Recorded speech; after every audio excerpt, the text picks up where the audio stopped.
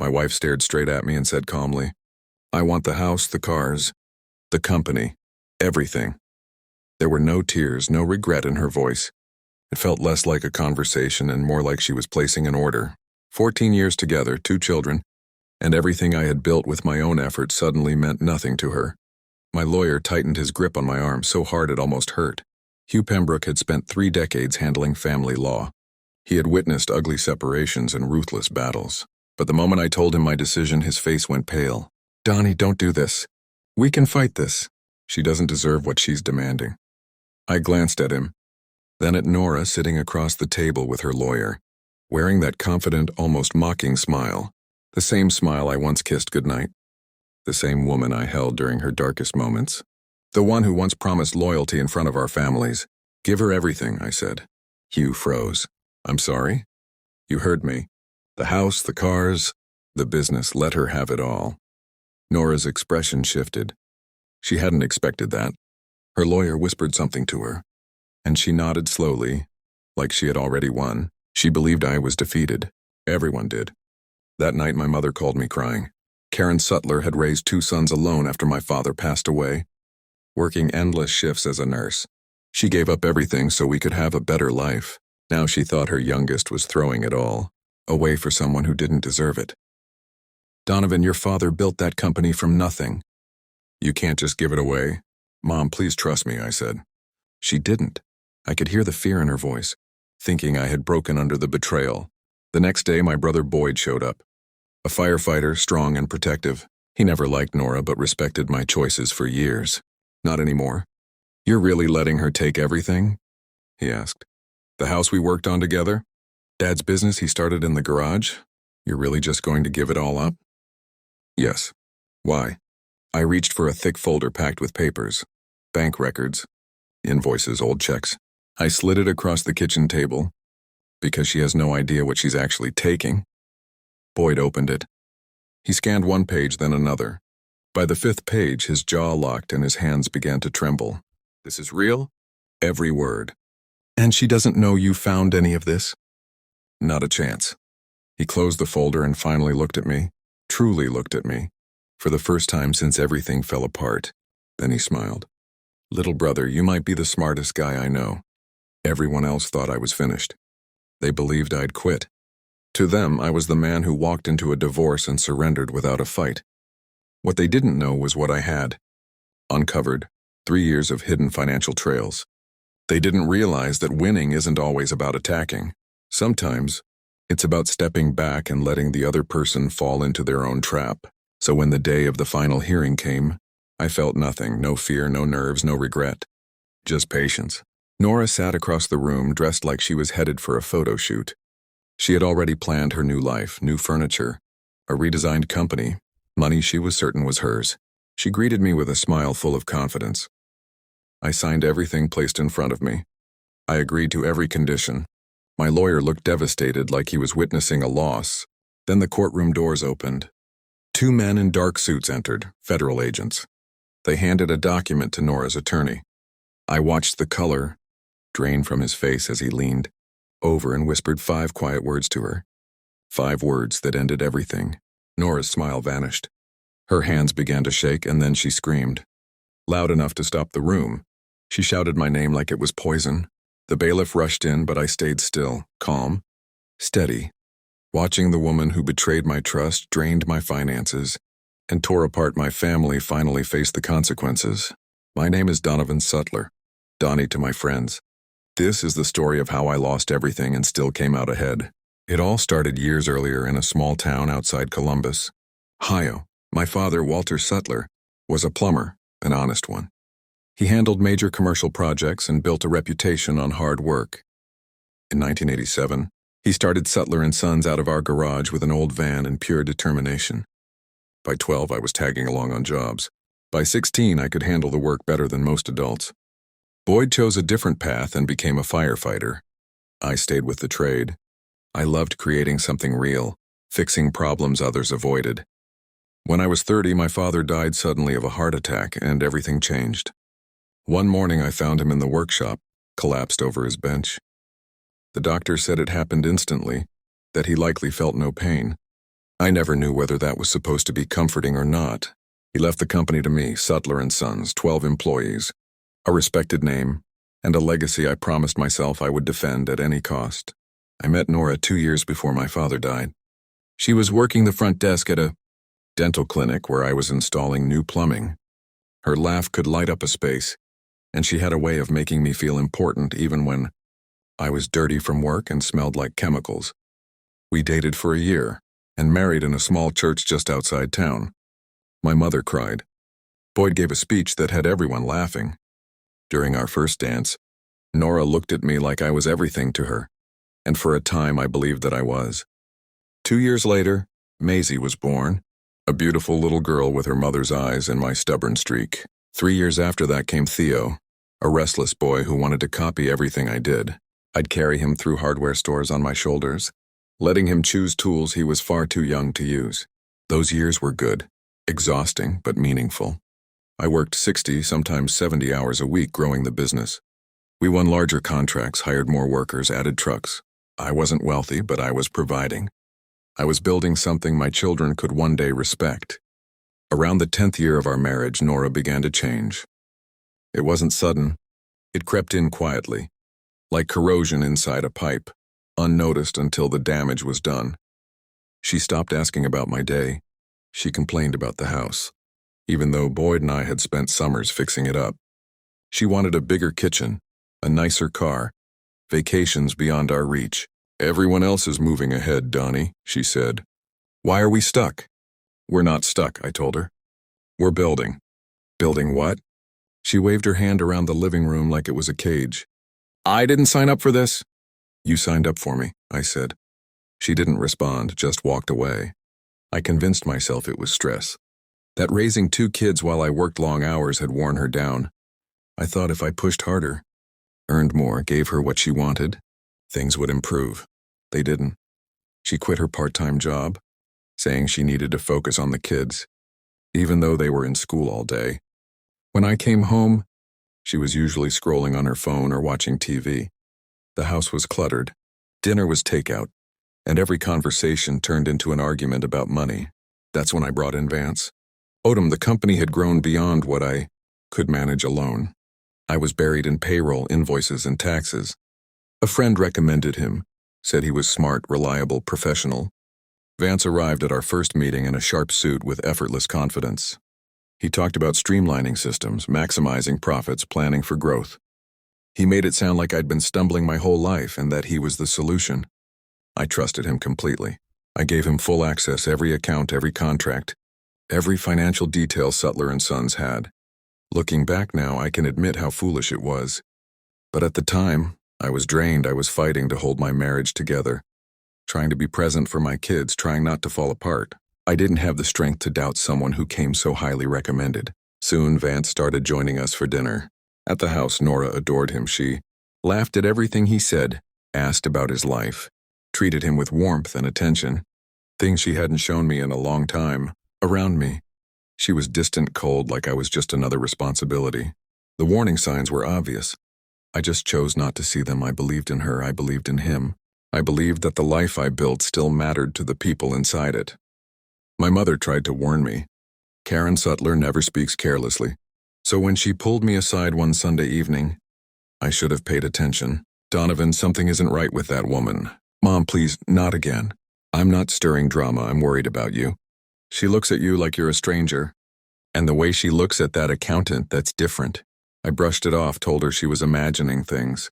Said Nora and I were just going through a rough phase and we'd get past it. I couldn't have been more wrong. And I was about to learn just how deep the betrayal ran. It was a Tuesday in March, the day everything collapsed. I remember it clearly because we had a major project scheduled at a medical complex across town, 3 floors. New construction. But early that morning, the contractor delayed the job due to permit issues with my schedule suddenly clear. I decided to head home early. I thought I'd surprise Nora. Maybe pick up the kids later and get ice cream. I stopped at a gas station and bought her favorite flowers, yellow roses. She used to smile when I brought them home for no reason at all. I pulled into the driveway around noon and saw her car parked outside. She was home, but when I stepped inside, the house felt wrong, silent, heavy. Nora. No answer. I set the flowers on the counter and walked through the living room. Nothing. I figured she might be resting upstairs. She'd mentioned headaches lately. As I climbed the stairs, I noticed the bedroom door was shut. I heard voices behind it, low, quiet. My heart started racing before my mind could process what it meant. Deep down, part of me already knew. Maybe I'd known for months and just refused to face it. I pushed the door open. There they were, Nora and Vance Odom, in my bed, in my house, down the hall from my children's rooms. Everything froze. I couldn't breathe. I couldn't move. I stood there holding a bouquet of yellow roses, staring at the two people I trusted more than anyone, tangled together like I didn't exist. Nora screamed. Vance scrambled to grab his clothes. And something inside me shut down, not rage, not shouting, just a deep, icy calm like the last bit of warmth had drained out of my body. "Donnie, wait. Let me explain," she said. "Explain what?" I replied. "Explain how you ended up in my bed with my accountant. Explain how long this has been happening behind my back." She pulled the bedsheet up around herself, like there was still some dignity left to protect. "It's not what you think. It's exactly what I think." "How long?" She didn't answer. Instead, she looked at Vance. He was fastening his shirt, refusing to meet my eyes. "How long?" I asked again. He finally spoke. "About a year. A year, 12 months, 52 weeks of lies." Smiles across my dinner table, handshakes, meetings, pretending to be my ally while he was sleeping with my wife. "Get out of my house," I said. "Donnie, let's handle this like adults," Vance replied, edging toward the door. "Business is business." I stepped in front of him. "Business? You shared meals with my family. You held my son. You looked me in the eye every week and lied. You're overreacting." I grabbed his collar and slammed him against the wall. I've never been a violent man. I've never raised a fist in anger, but in that moment I wanted to tear him apart. "Leave. Now. Before I do something I can't undo." He left without even glancing at Nora. She started crying. Real tears or fake ones, I honestly couldn't tell anymore. "Donnie, please. I was lonely. You were never home. You didn't see me. I needed to feel wanted. I worked 70 hours a week to give you everything you asked for," I said. "The house, the cars, the trips, and this is what I get in return? Maybe if you were around more. Maybe if you tried harder." "Tried harder?" I said quietly. "I gave you 14 years. I gave you everything I had. It wasn't enough." I left that night, drove straight to my mother's house and sat on her porch until morning. I didn't yell. I didn't cry. I just sat there wondering how I'd ignored the truth for so long. A week later, Nora filed for divorce. But she didn't just want to leave, she wanted to destroy me.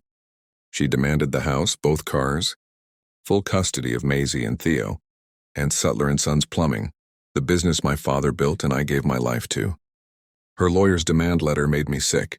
She claimed she was an unpaid partner in the company, said she deserved compensation for years of emotional effort and sacrifice at home.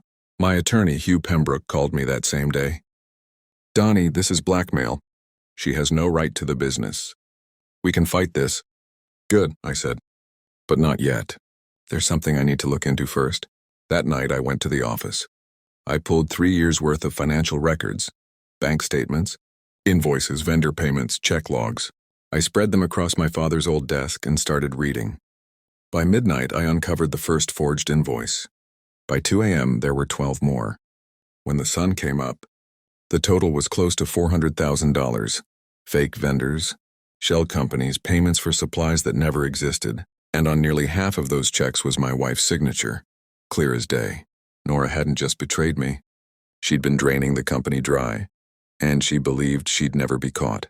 The next morning, I sat at my mother's kitchen table with the folder spread wide. 3 years of theft, almost $400,000 gone, phony invoices, paper companies. My wife's approval stamped across check after check. My first instinct was rage, to confront her, to shove the evidence in her face, to call the police immediately, but I stopped myself. Nora was clever. Not careful, but clever. She'd planned this for years. If I warned her now, she'd erase trails, pin everything on Vance, destroy proof, and rewrite the story until she was the victim. I needed to play this differently. That afternoon, I called my brother Boyd. He came over after his shift. still smelling of smoke from a fire he'd worked earlier. I handed him a beer and slid the folder toward him. What's this? Proof that my wife and my accountant have been stealing from me for 3 years. Boyd flipped through the pages. He's a man trained to stay calm, decades of running into burning. Buildings will do that, but I saw his jaw tighten, his hand stiffen. 400 grand, he said. And Nora signed off on it? Half of it. Vance handled the rest. He closed the folder and looked at me. So what's your move? I'm going to give her the company. He stared like I'd lost my grip on reality. You're going to what? Think about it, I said. She wants Sutler and Sons in the divorce. If I fight her now, she'll dig in, hide evidence, and drag this out for years. But if I hand it over willingly, she takes full ownership, including 3 years of fraud. You're letting her inherit her own crimes. Exactly. Boyd leaned back, exhaled slowly. That's either brilliant or insane. I need a forensic accountant, I said. Someone who can document every detail and build a case that holds up in federal court. Federal? This isn't just theft. It's wire fraud and tax evasion. These transactions crossed state lines. That makes it federal. Boyd finished his beer and nodded. I know someone tied to financial crime investigations. Let me make a few calls. 3 days later, I sat in a conference room with Dale Richter, a forensic accountant in his 50s, quiet, sharp-eyed, armed with yellow legal pads. He didn't look impressive, but Boyd swore he was the best. I gave him everything, statements, invoices, checks. For 2 weeks, he dissected every transaction, tracked every fake vendor, mapped the entire scheme.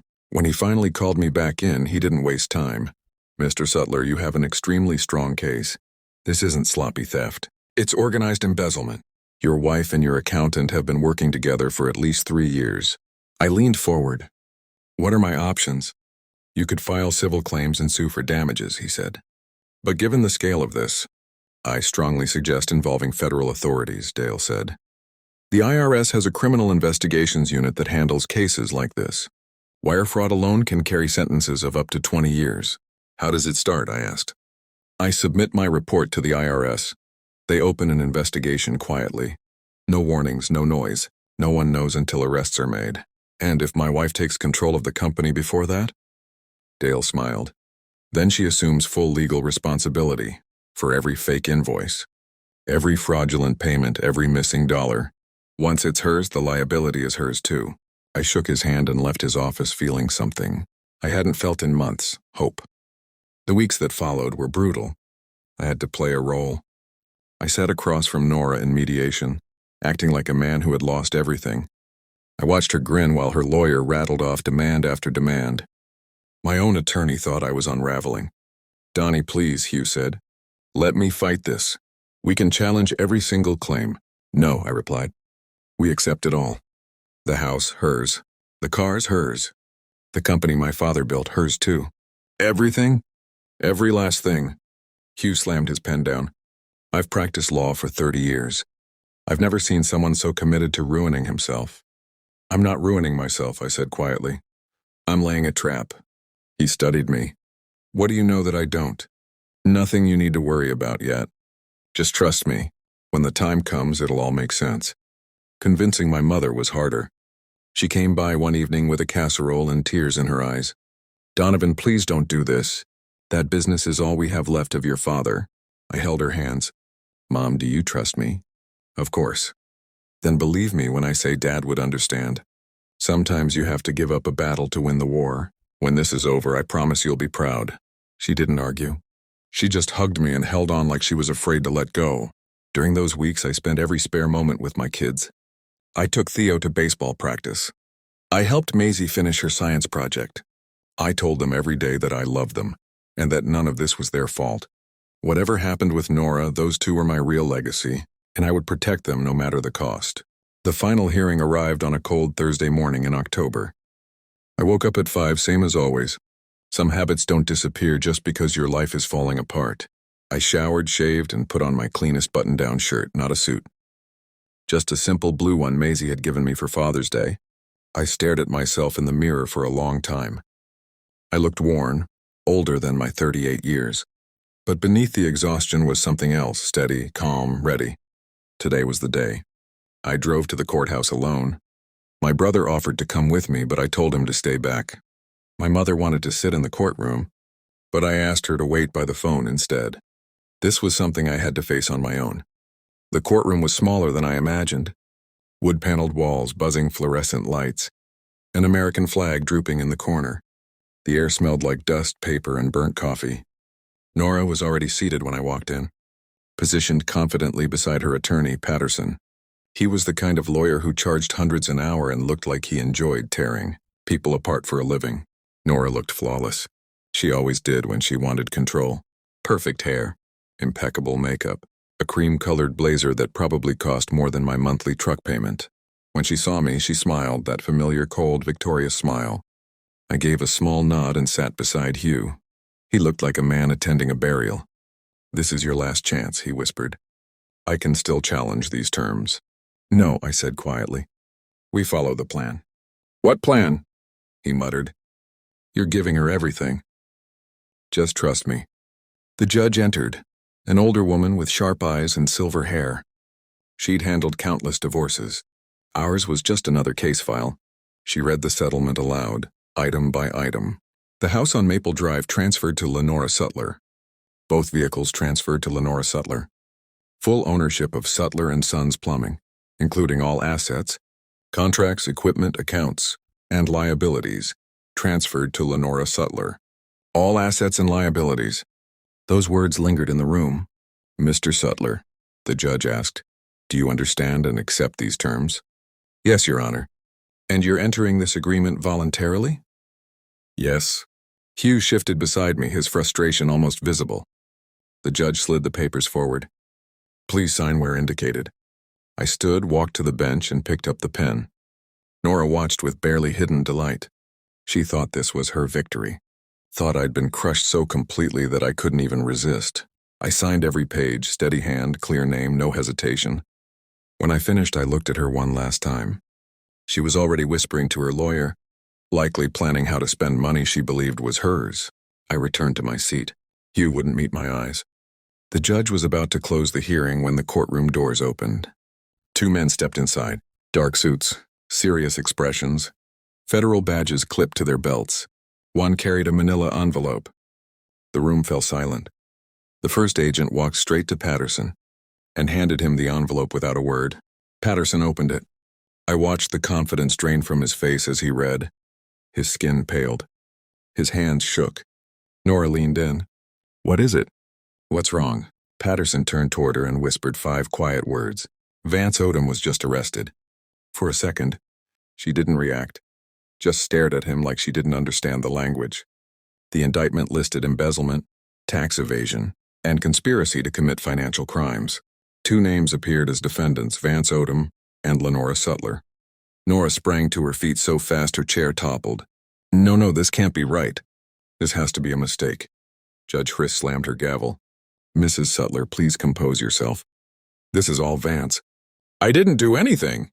"He handled the money." "I just signed what he told me to sign." A federal agent stepped forward. "Ma'am, you have the right to remain silent. Anything you say can and will be used against you in a court of law." Nora spun toward me. Her perfect composure shattered. Mascara ran down her cheeks and her voice cracked into a scream. "You did this. You set me up. You knew." I said nothing. I simply sat, hands folded on the table, watching her unravel. "You gave me the company knowing it was poisoned. You let me take it so I'd take the blame. You planned this entire thing." Judge Hriss banged her gavel again. "Order! I will have order in this courtroom." But Nora wasn't listening. She lunged toward me. The bailiff intercepted her before she made 3 steps. "I'll destroy you, Donnie. I swear I'll ruin you for this." I stood slowly, straightened my jacket, and met her gaze. "You already tried, Nora. You've been trying for 3 years. But here's the truth about building a life on lies. Eventually, the foundation cracks and everything collapses." The bailiff escorted her out. She was still screaming my name as the doors shut behind her. Hugh sat beside me in stunned silence before speaking. "You knew the whole time. Why didn't you tell me?" "I needed it to be real, Hugh. I needed her to think she'd won. I needed her to take full ownership with her signature on the line because, the moment she did, she became legally responsible for every crime committed under that company." Hugh exhaled slowly, shaking his head. In 30 years of practicing law, I've never seen anything like that. I shook his hand and left the courtroom. The sun was shining outside, the first time in weeks I noticed it. 6 months later, Vance Odom pleaded guilty to 12 counts of wire fraud and embezzlement. He is serving 18 months in a federal correctional facility in West Virginia. His law license, which he had from a previous career, was revoked and his reputation destroyed. The man who smiled at my dinner table while stealing from my family would now stare at concrete walls for a year and a half. Nora's case dragged longer. She hired 3 lawyers, claimed manipulation, claimed she didn't understand what she signed, and said Vance coerced her. None of it mattered. The evidence was overwhelming, her signatures on the checks, her email linked to shell companies, her fingerprints everywhere. In the end, she accepted a plea deal. 3 years probation, 200 hours of community service and full restitution. Everything she had fought for, my house, cars, and the company, was gone. The house went to foreclosure, the vehicles repossessed, and Sutler & Sons Plumbing dissolved with its assets auctioned off. She lost it all, not because I took it, but because she had stolen it from herself. I won't lie. There was a small satisfaction in watching it collapse. Every lie, every betrayal. There was a fleeting part of me that wanted to see her fall, but it passed quickly. Revenge is a slow poison. It doesn't rebuild anything. It doesn't heal anything. Holding on to hate only keeps you chained to the person who hurt you, so I let it go. I started over with nothing but my tools and my reputation. I registered a new company, Sutler Plumbing Services. Smaller, simpler, but completely mine. Built clean from the ground up. No untrustworthy partners, no hidden financial skeletons. My old crew came back without hesitation. Danny Flores, my lead pipe fitter, showed up on day 1 with a case of beer and a grin. Heard you're hiring, boss. Pay will be lower until I rebuild. Doesn't matter. I'd rather work for a good man making less than a bad one making more. 2 weeks later, we landed our first contract. Rick Bowman, a general contractor, had heard the truth about what happened. Not gossip, facts. Donnie, I've seen men go through what you did, he said. And some come out bitter, broken, or bankrupt. You came out stronger. That tells me all I need to know about you. I want you on my projects. 1 call turned into 3. Within 4 months, Sutler Plumbing Services was busier than ever. I hired 2 more employees and bought a second van. My mother cried when she saw the new shop, standing in the doorway, hand on her heart, looking at the sign above the entrance. Your father would be so proud, Donovan. I hope so, Mom. I know he would be. Boyd comes by every Sunday. We sit on Mom's porch, drink beer, and watch the sun dip below the horizon. Sometimes we talk, sometimes we sit in silence. It feels like home. The custody arrangement took some time to finalize. But with Nora's legal troubles, the court revisited the terms. I now have Maisie and Theo every other week, plus holidays and summers. It's not perfect, but it's fair, and the kids are thriving. Maisie once asked if I hated her mother. I thought carefully before answering. No, sweetheart. Hate is too heavy to carry. It keeps you stuck in the past. Your mom made choices that hurt a lot of people, including herself. But hating her won't change anything. All I can control is how I move forward.